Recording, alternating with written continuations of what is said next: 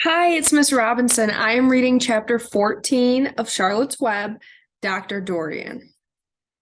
The next day was Saturday. Fern stood at the kitchen sink drying the breakfast dishes as her mother washed them. Mrs. Arable worked silently. She hoped Fern would go out and play with other children instead of heading for the Zuckerman's barn to sit and watch animals. Charlotte is the best storyteller I've ever heard, said Fern, poking her dish towel into a cereal bowl. Fern, said her mother sternly, you must not invent things. You know spiders don't tell stories. Spiders can't talk. Charlotte can, replied Fern. She doesn't talk very loud, but she talks. What kind of story did she tell?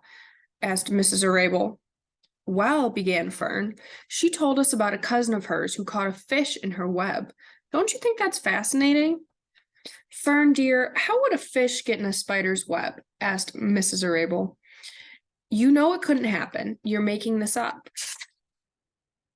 Oh, it's happened all right, replied Fern. Charlotte never fibs. This cousin of hers built a web across a stream. One day she was hanging around on the web, and a tiny fish leaped into the air and got tangled in the web. The fish was caught by one fin, Mother. Its tail was wildly thrashing and shining in the sun.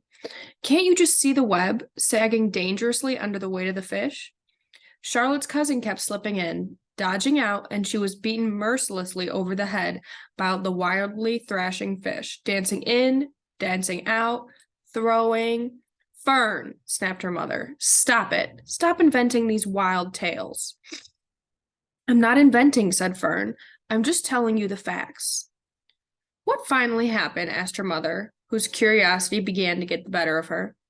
Charlotte's cousin won. She wrapped the fish up, then she ate him when she got good and ready. Spiders have to eat the same as the rest of us.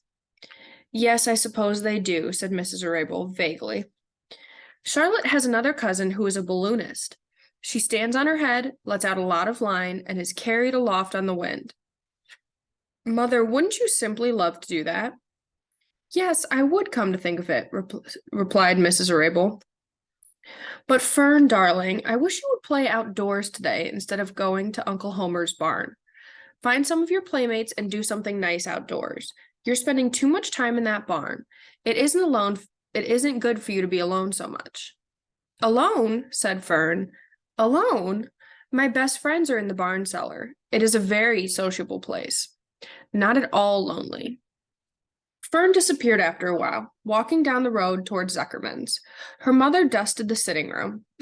As she worked, she kept thinking about Fern. It didn't seem natural for a little girl to be so interested in animals.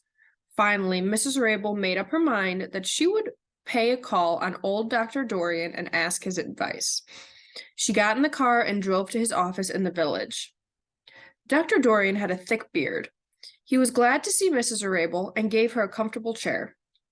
It's about Fern, she explained. Fern spends entirely too much time in the Zuckerman's barn. It doesn't seem normal. She sits on a milk stool in a corner of the barn cellar, near the pig pen, and watches animals. Hour after hour, she just sits and listens.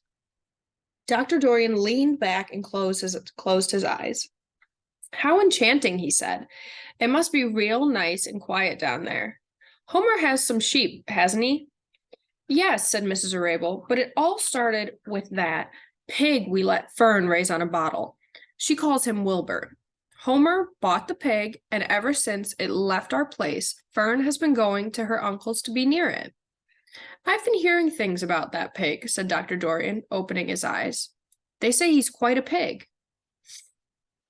Have you heard about the words that appeared in the spider's web? Asked Mrs. Arable nervously.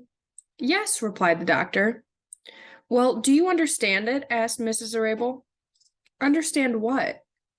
Do you understand how there could be any writing in a spider's web?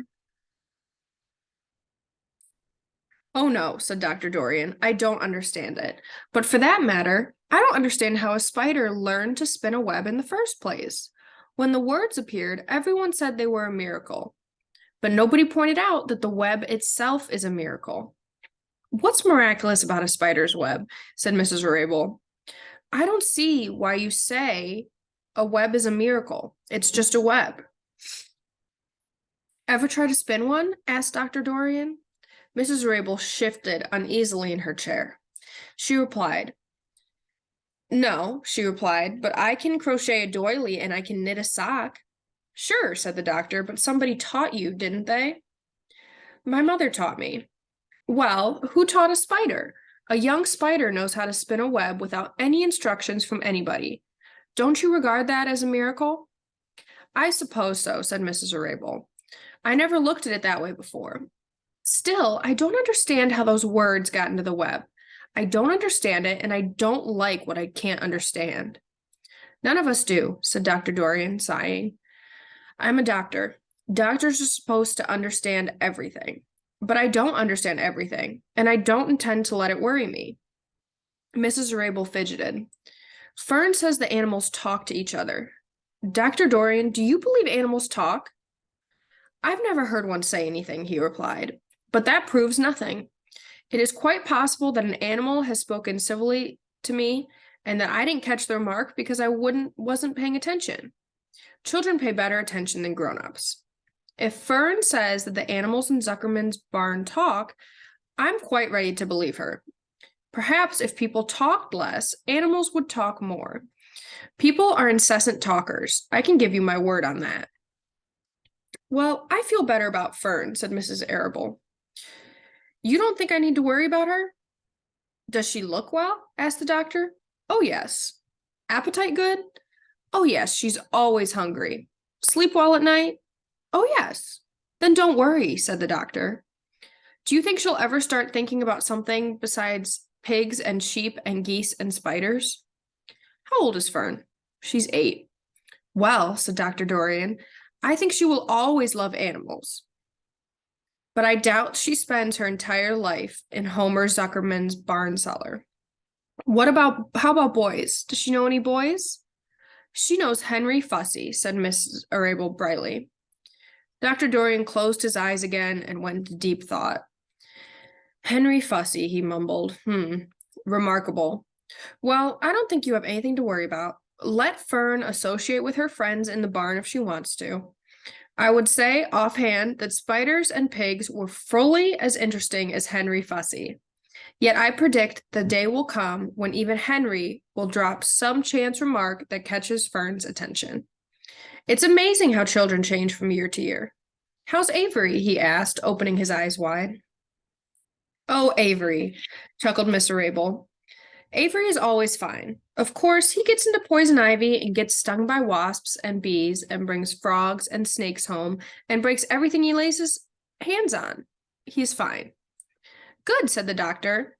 Mrs. Rabel said goodbye and thanked Dr. Dorian very much for his advice. She felt greatly relieved.